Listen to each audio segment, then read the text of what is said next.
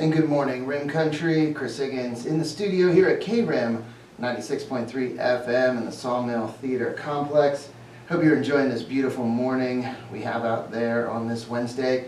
This morning, it's our program with Banner Payson Medical Center. And this morning in the studio, I have Dr. Sepich. There we go. Just have to turn your mic on. Yeah. Sorry about that, Doc. That's okay. Yeah. So how are you doing this morning? Good. Yeah, it's a beautiful morning up here in Rim Country. It is. Yeah. Most of the mornings up here are just gorgeous. They are. It's great. So how long have you been up in Payson? So I've been working with Banner Medical Group down in the Valley in Phoenix for 7 years now. Okay. We ended up buying a place up here, and there was kind of a shortage and a need for an orthopedic surgeon up here, and so they knew that I had a place up here. They approached me and said, "Hey, would you be interested in coming up here and working, every now and then?" And it seemed like a great opportunity. So basically, I come up here 1 week a month and do 2 operating room days and then 3 clinic days and see patients up here. Okay, so you're still mainly living in the valley. Yeah. Yep. All right. Yeah. How long do you think you're up here? You think you'll be up here permanently, or? I mean, that's the plan. That's the plan. Yeah. I don't think we have 2. Well, we have 1 kid right now that's 2, and we have another young kid on the way in July. Okay. So I don't think we're planning on leaving the valley permanently, but I think this is definitely something we enjoy coming up here and taking care of the people up here. Okay. Yeah. Oh, that's great. And this seems like one of the many programs that Banner has, Yeah. where there are doctors or specialists in the valley that come up here Correct. on a limited basis, 1 or 2 days a week, Yep. but to bring those services Yep. to Banner Payson Medical Center. Yeah, when the orthopedic department lost their surgeon 2 or 3 years ago, they had just a huge shortage from an orthopedic perspective, and a lot of the patients were either, mainly going to the valley, to the East Valley. Some of them were going to Flagstaff, some were going to Show Low. It provided me an opportunity to come up here and keep patients like in the area and not have to go 100 miles to get other medical services they could get down here. That is one of the, I think people have noticed in the community, big advantages to having Banner here. Right. Because of the network. Right. The network of doctors, specialists that can be tapped into to come here to Payson. Yeah, no, I think it's been a great opportunity to have Banner acquire the hospital up here, for sure. So what have you seen, what are, I guess, some of the big differences between practicing in the valley, doing surgery in the valley up here? What have you noticed? I mean, Payson definitely has a much more of a small town feel. The hospital's definitely a lot smaller, which there's definitely a lot of pros to that as well. When I want to get something brought into the operating room, it's a little bit easier here. There's less administrative headaches. Things get done a little bit faster up here than they do down there. Oh, wow. So yeah, there's definitely a few benefits of definitely working in a smaller town hospital for sure. Do you ever feel like you don't have the same amount of resources available to you up here? I don't really feel that at all, actually. Nice. I still do. There's some patients that require, I mainly do hip and knee replacements. Okay. And some patients that have to have a revision of their hip or knee done. I still do those cases in the valley because they do have more resources available to ensure a better surgery down there. Okay. But for primary hip and knee replacements, everything that I have down there, we have available up here. Wow. Yeah. So now, how long have you been an orthopedic surgeon? So I finished my fellowship in 2016. Okay. I originally from Montana, actually. Okay. And there's definitely a lot of things we miss about Montana, and Payson kind of provides that for us down here. Phoenix is, obviously a big metropolitan area. That's like anti-Montana. Yeah, right. But Payson has that Montana feel for me. It's, there's pine trees and mountains and snow, and definitely has a lot of outdoor activities up here that we enjoy doing. Where in Montana are you from? So I grew up in Great Falls, Montana, which is north central Montana. Okay. So kind of on the eastern side of the Rocky Mountains. Okay. Yeah. North. So how far from like the Canadian border? About an hour. An hour. Yeah. That's it. Yep. Wow. So you're used to cold weather. Definitely as well. cold weather. So did you come then directly from Montana to Phoenix? No. So I went to undergrad at the University of Montana. Okay. I actually played football there for 2 years. Oh, nice. Yeah, and then went to medical school at the University of Washington in Seattle. Oh, okay. And then from there, I did my residency down in Tucson at U of A. Wow. And then did a fellowship in hip and knee replacement surgery in Las Vegas for a year, and then came back to Arizona. Okay, so it wasn't, I guess, like you said, straight from Montana to No. Phoenix. That would be such a shock. Yeah, right. Like, Yep. Getting used to that heat. Definitely. How did you like Tucson? We really enjoyed Tucson a lot. Mhm. Tucson's a lot smaller than Phoenix is, obviously, so Yes. it kind of has that more of a community type feel. Mhm. I did have a few job offers to go back to Tucson. My sister was living in the valley at the time, so we decided to kind of move back to Phoenix, actually. And so it's worked out pretty well being in Phoenix and working for Banner. Mhm. And then you have, again, the possibility of Yeah. coming up to Payson. Yeah, which I is mean, great. well, we were just looking for a place kind of up in the mountains, Mhm. and then this job just kind of presented itself, which turned into a great opportunity. Well, again, if you're just tuning in or just started watching on our KRIM radio Facebook page, talking to Dr. Sepich, and he is an orthopedic surgeon. Yes. That is up here, and can you please state that again, when you're up in Payson? So I come up here usually the second week of every month. I'm up Okay. here for the full week with a few OR days and a few clinic days to see patients.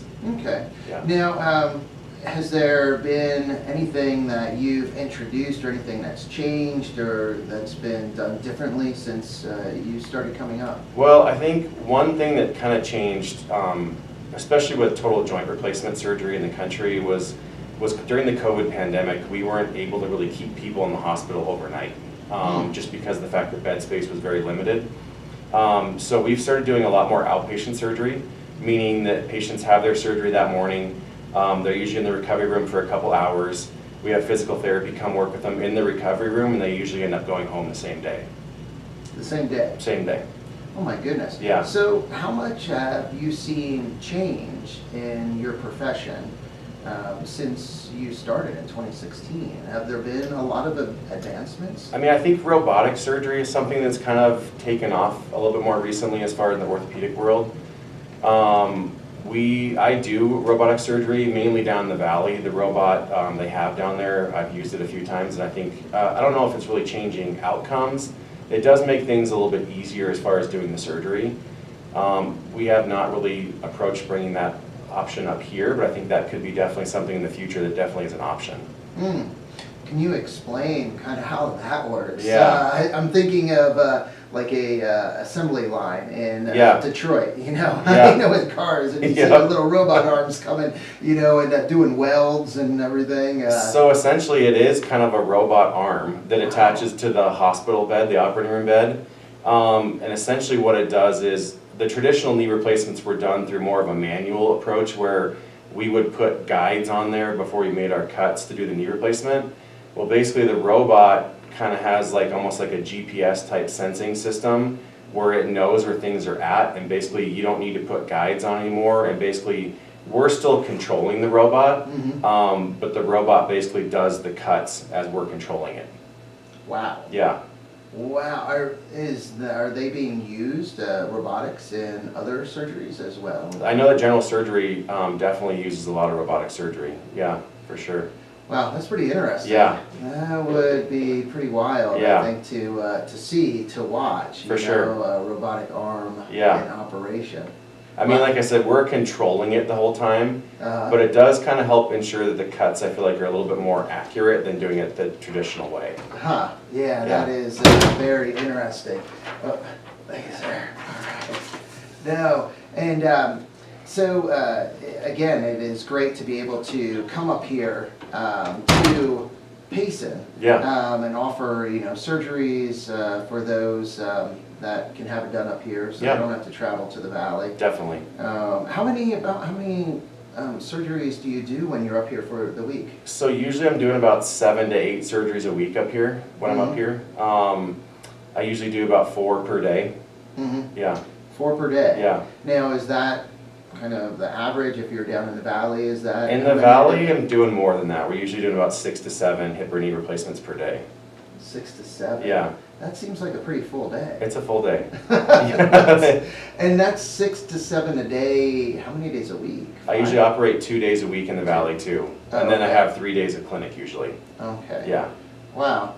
So have you seen a like a real big need up here? Have you Definitely. had a very full schedule? Yeah, I mean, so usually our clinic days, we're seeing 25 patients a day in clinic every day. Mm-hmm. There's definitely a huge need. I think it's been, when I first started coming up here about 1.5 years ago, 2 years now, the clinic schedules were a little lighter, but I think as I've been up here for 2 years now, I think we have definitely grown it a lot more, for sure, that people are realizing they don't have to go to Phoenix or Flagstaff to get their hip or knee replacement done. They're able to see me up here and have it done up here. Mm-hmm. So what, I guess, what is the most common reason or some of the reasons and what causes people to have hip or knee replacements? So basically it's arthritis. So Okay. arthritis of the hip or knee joint usually is a degenerative condition. The joint over time starts to wear out to the point where the cartilage is no longer there. When that happens, the bones touch one another and cause pretty severe pain, which then limits function. People can't walk as well. We have a lot of non-operative stuff we can do as well. Anti-inflammatory medications like ibuprofen or Tylenol or Aleve. We also have a significant amount of injections we can do, cortisone injections. There's also a gel type injection that we can do for knee joints to help with the pain people are having from arthritis. But then when those things aren't working, people's function continues to get worse, that's when we usually recommend a hip or knee replacement. Are there things that people can do to kind of put that off or not? I mean, help, I guess, with preventative, measures, or when you're younger and as you're getting older? I mean, I think one thing, we are seeing a significant increase in weight in our society. It's just a simple matter of physics. The more people weigh, the more pressure they put on their joints. So, as our society has gotten a little bit larger, I think we're seeing a lot more osteoarthritis in people's hips and knees just because the more severe pressure people are putting on their joints. Gotcha, so that would probably be the number one Yeah, factor. for sure. Yeah. Okay. And then the procedures, you were saying that a lot of these procedures are outpatient, where they're done the same day. That's, I don't know, that's crazy to me. It seems like, pretty wild. Obviously, they need, a lot of assistance and, when they're home. How long is the recovery usually? So usually, for the most part, people would say that hips recover a little bit faster than knees do. But what I tell people is usually it takes a good couple months before you're starting to feel like you're getting back to normal again. We've had some people that have recovered a lot faster. I actually did a patient, I did his knee replacements up here a while ago, and he sent me pictures like 4 weeks after surgery. He was out hunting and actually got his elk 4 weeks after his knee replacement. So 4 weeks? Yeah. So, wow. That's not the norm, I would say, for most people. But I do tell people if they want to get back to certain activities, obviously things like golf, pickleball are very popular, especially in the senior type community. I have people that are starting to get back to doing that in about 6 weeks. 6 weeks, yeah. Wow. And pickleball, it's funny, is becoming popular even with younger people Definitely, as well. Yeah. I know the school here, my son is a sophomore, Yep. and they have a club. It's Yeah. not an official team, Right. but a club, and they've played clubs from Blue Ridge and, one or two other places. And it's great to see them out there. Yeah. So he got me to try it, and it is fun. It's Yeah. fun. I'm like, wow, this is pretty good. Especially if I was doing pretty good when we started. I could beat him. Right. But now after he's practiced some more, that's not happening. Definitely. But no, so that's great again to have these options. Yeah. The options that if you want to have a knee or hip replacement, that you can have it done here in Payson. Yeah, I think it's just, obviously small towns when it comes to medical care do have some areas where they're definitely deficient. I think being able to do those surgeries up here so people can have their surgery at their hospital in their own town, they can go back to their own house after surgery, you know, they can do physical therapy up here. I think it's important, you know, for the community to have that kind of service. Mm-hmm. And I think the proximity of Payson to Phoenix Metro, that area, really helps. It does. With what services can be provided up here. For sure. Yeah. How would, do you find like Arizona or, you know, Payson, this northern or central Arizona compares to Montana as far as medical services? It's very similar, actually. Okay. You know, Montana doesn't really have any large major medical centers like, you know, Phoenix. Montana has a lot more community type hospitals in, you know, larger or smaller cities, I would say. I mean, the largest town in Montana is only 100,000 people. So people are traveling sometimes, especially like over on the eastern side where there's a lot more farming, agriculture over there. Some people are traveling 5-6 hours to go see a doctor in those areas. Well, I know we have family in Coeur d'Alene, and so we'll drive up through Montana, you know, head over, and with Coeur d'Alene you have Spokane, you know, not far away, so you have that larger, larger, you know, city, but yeah, there's some places there that, you know, pretty remote. Yeah, and I mean, having a place like even, you know, Spokane or Phoenix, just in case there's certain medical things you can't provide services up here, I think is important because you can get people down there very quickly, especially with the Banner network service. Like we can get a patient from here down to the Banner hospitals down there pretty quickly. Again, if you're just tuning in or just started watching on our KRIM Radio Facebook page, talking with Dr. Sepich. He's an orthopedic surgeon that's at Banner Payson Medical Center that comes up from Phoenix to perform surgeries, and very thankful. Yeah. You know, probably a lot of people are thankful that you're up here. It's honestly, it's a very rewarding to be able to have people come in here and you know, tell me that, you know, they're recovering quickly and they're getting back to doing things they want to do. And then just the word of mouth, like seeing patients in clinic that, hey, you did my neighbor's hip or knee replacement and they're doing great and they told me I had to come see you. It's very rewarding to be able to provide that service up here. So now when you're up here, do you get a chance to get out, you know, go to, you know, some of the restaurants, go shopping? Do you see some of your patients when you're out and about? Definitely more here than in the valley. I told you before, we have a 2-year-old, so it's been a little bit trickier getting out like we used to. When we first bought the place up here, my wife was pregnant, so we were able to kind of go out and do a lot more stuff. But it's been a little trickier, but we still try and get out. Like I think we're planning on definitely going to the rodeo this weekend. Oh, there you go. Yeah. So yeah. Yeah, should love that. 2-year-old, and then you have another child as well? Or she's pregnant right now, and she's due in July. Oh, wow. Yeah. Congratulations. Thank you. So the 2-year-old is your only child now? Yep. Okay. Yeah, twos can be a little I mean, bit. getting out we went out to eat last night. It's tricky sometimes. A boy or a girl? Girl. A girl. Yeah. That's easier though. Yeah. The girls are definitely easier. Do you know your second child? No, we're not finding out. No. That's I think I like that. That's what we did with our children, but that was years ago. Yeah. But I have to say though, the little girl, probably not as active, running around as much, where if you have a little boy, you'll find, oh boy, just everywhere. We're starting to get to the point where it's a little bit easier. Like we went up to Woods Canyon Lake last weekend, we went fishing. We have a little fishing pool for her, so she's kind of starting to get to the point where we can start to do stuff again, but obviously once the new kid's born, that probably is going to slow down a lot again.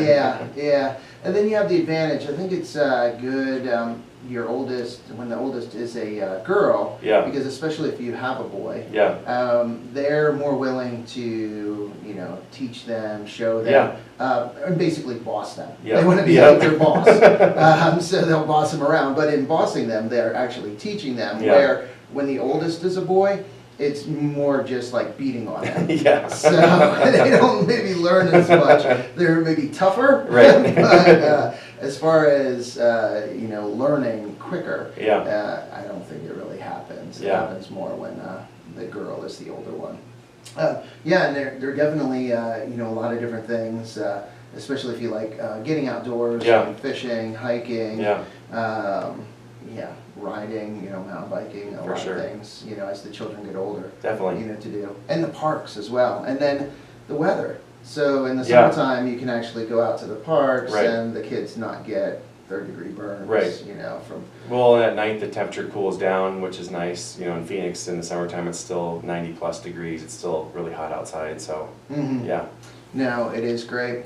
So approximately, if somebody, you know, I guess the clinicals where you meet with patients Yeah. to determine, you know, where they're at, if they have to look at getting a knee or hip replacement, Sure. or if there's other things that could be done. Typically, how long is it for someone once it's identified and once you identify that, you know, they need to get surgery scheduled? Approximately how long does someone have to wait for that? Usually our wait times are pretty low actually, which has been good. I mean, sometimes I've added on maybe an operating room day here or there just to come up to make sure that we're not having people have to wait to get their surgeries done. Down in the valley, usually wait times are usually about 4 to 6 weeks, and we've been able to do that up here too, which is good. So people really are getting their, you know, if we make that decision that, hey, we've tried all these non-operative things and things aren't getting any better and they want to get their knee or hip replaced, we're usually able to get it done within 4 to 6 weeks. Oh, wow. Yeah. That doesn't seem bad at all. No. In the valley, typically, what is the wait? Is About 4 to 6 weeks as It's well. about the same. Yeah. So really. So yeah, they've done a good job up here as far as getting me availability to get cases done, getting patients in the clinic to get them seen. So yeah, things have been very efficient up here. And it must be a case since it's 2 years now that Yeah. you've been coming up. So you must enjoy having patients kind of in both. Yeah. In Phoenix and then up here in Payson. I'd imagine it adds some variety. or Definitely. just- Yeah, I mean, obviously Payson has a large veteran community, which that's a great, you know, demographic to take care of. You know, they're always very appreciative, especially because, you know, the Phoenix VA is so far away for people if they have to go that direction. So Gotcha. being able to take care of those patients up here has been very, very rewarding. Gotcha. Have to come to maybe one of the veterans coffees sometime, Yeah. or Yeah. you know, veterans gathering. He'd probably there'd be a lot. Like, hey, Yeah, Doc, right? How you doing? Yeah, probably. Like, look at this, look what I can do. Showing off the Definitely. knee or hip. So with knees, I hear of people that, you know, will get both knees done, you know, one and then the other one. Hips, is that as common to see both hips, or is it usually I mean, it's just pretty one? common for most people, you know, if they have arthritis in one joint to the other side, usually eventually probably ends up getting arthritis in it as well. There have been a few patients, not many, but I've done, you know, both of their knees and both their hips over the 7 years I've been in Phoenix. Yeah, Wow. so it just, once one joint's arthritic, usually it's a pretty high chance the other one is going to develop arthritis as well. Yeah. And what are the knees or the hips that are put in? What is the material, or how does that work? How long do they last? Yeah, so most of the materials are either, for some of the hip stuff, mainly the stem and the socket portion are made out of titanium. And then there's a cobalt chromium surface on the knee replacements. Just because the titanium is a little bit softer material, cobalt chromium is a little bit harder, so it doesn't wear as much. But the joint bearing surfaces are mainly like a plastic high-density polyethylene, and then some sort of metal component touching the plastic, which is pretty much the best wear surfaces we've developed so far. There was metal on metal hip replacements, which, I mean, everyone's seen the ads on TV for the recalls and the lawsuits and stuff back in the early 2000s. Okay. All of those are gone now. They did have better wear properties, but they had their own downsides as well, so. Metal on metal. Yeah. It just, that doesn't sound like Yeah. really great. I mean, the principle of it, I mean, because those two surfaces were both very hard and could Yeah. last a long time. Gotcha. The problem is, you know, even after a joint replacement, your joint still makes lubrication for the joint. Okay. If there wasn't enough lubrication getting in between the two metal surfaces, just like in a car engine that doesn't have any oil in it, you can see the same problems. Yeah. Yeah. Oh, wow. Yeah, but I guess early on, Yeah. they just used the materials that Yeah. they thought were the best or were available. And we've always used kind of high density plastics. Those have been around for almost 40 years now. But the plastics are getting a lot better. So I know you asked about how long a joint replacement Yeah. should last. Yeah. I mean, I see people in clinic that have had hips or knees done 20 plus years ago that are still fully functional, don't have pain, and are still doing very well. Now, obviously, just like any surgery, some things can wear out faster than others, and there are some people that need to have revisions done to take out old components and put new stuff in. But I think for the most part, our plastics are getting a lot better, and so knee and hip replacements are definitely lasting a lot longer than what we used to think. Wow. And what would you say that approximately the average age that you see people getting knee or hip replacements? It's usually in that 60 to 75 range usually. Okay. I mean, there are definitely some outliers to that. You know, some people develop conditions where they get arthritis at a very young age, and I've done hip and knee replacements as young as 30 years old. Wow. And then, you know, I've done hip and knee replacements on people that are in their 90s that, you know, had really severe arthritis and really severe pain, and basically just wanted to be able to walk, and they couldn't because their joints were so worn out. Wow.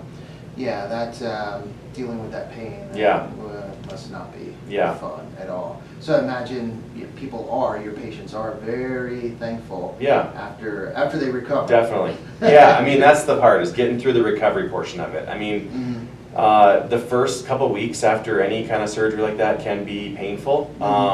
But then, you know, you see them back, you know, a month later, and it's about 6 weeks after surgery, the pain's starting to get better, their joints functioning better, and they're starting to be able to walk and move around a lot easier. And for some of your patients, it probably is a case where maybe they haven't had that mobility for a long time. Sure. So it's great to be able to get back to activities and things, even things that you take for granted. Definitely. Just going to the store, or going to the bathroom, just moving. Yeah, I mean, I'll probably never forget this patient, but he came to me, I think he was almost 100 years old. And this was down the valley, and he had a really worn out hip, and he was in a care facility, and all he wanted to do was be able to walk from his room to the cafeteria to eat, because he couldn't walk, so he was getting in a wheelchair all the time. And I saw him 2 months later, and he was like, "Doc, thank you, like I can walk to the cafeteria now." And that's all he wanted to be able to do. Wow, just something that we look at as so simple, so small. Definitely. But so major for him. Yeah. Wow, that's something. Well, I think every patient, you know, has, you know, we all get older, and we all still have goals as we get older too, of things they want to be able to do in life, you know, activities they want to be able to do, if they want to travel or still do athletic activities. And being able to treat those patients and get them back to doing that is very rewarding, and that's why I decided to pick this job. Yeah, that is good. I'm glad you brought that up, because kind of why or how you were led you know, into this career. Yeah, so I mean, I had a really strong feeling when I decided to go into medicine. I've had 4 operations on my right shoulder actually. Injured it through baseball and football in high school and college. That's what kind of got me interested in medicine in the first place. I was pretty sure that I was going to do sports medicine just because I loved sports growing up as a kid, and a lot of my injuries were sports medicine related. And then once I got into residency in orthopedics, I just found that as far as outcomes and recovery and, you know, that satisfaction of helping people, that doing joint replacements, those patients for the most part do very, very well. I mean, obviously there are some people that have complications, but most of those patients do very well. And I just found that was a better fit for me. Wow. Well, that's great. Well, hey, it's 10:30. Okay. That always goes by quick. It always does. It was great. Yeah. Anything though that you would like to add before we No, I mean, I think, finish up? like I said, I feel lucky that I'm able to come up here and help the people up here, because you know, I grew up in a small town in Montana, and one of my shoulder operations, we ended up having to fly to Los Angeles to get it done, which was not convenient. Fly to LA? Yeah. That's a good distance. It is. Wow. Yeah. And so just being able to come up here to Payson and provide that service, so people, even if it's just driving to the valley, they can stay up here, have their surgery done here, recover up here, and get back to doing things they want to do. Well, that's great. I'm sure there's a lot of people that appreciate your patience. I hope so. That appreciate you bringing your service up here. Yeah. And you taking care of them up here.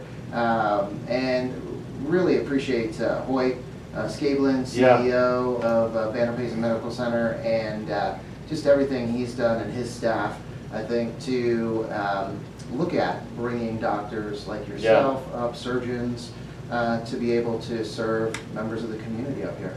Yeah, I mean, I think that's a huge benefit, like you mentioned before, about being, you know, an hour away from the East Valley and being able to bring doctors up here to help take care of people. Yeah, great. Well, again, thank you, Dr. Savage, No, thank you. I for coming appreciate in. you having me on the air. Oh, you're very welcome. And thank you to everyone listening and watching today. Also, a big thank you to Desert Financial. I was going to say Banner Desert. Like, wow, combine Desert Financial Credit Union and Banner. No, Desert Financial Credit Union for sponsoring our Community Spotlight program. Hope you guys have a wonderful Wednesday, hump day, and get out there and enjoy this beautiful weather if you can. Time to get back to the music now here on KRIM.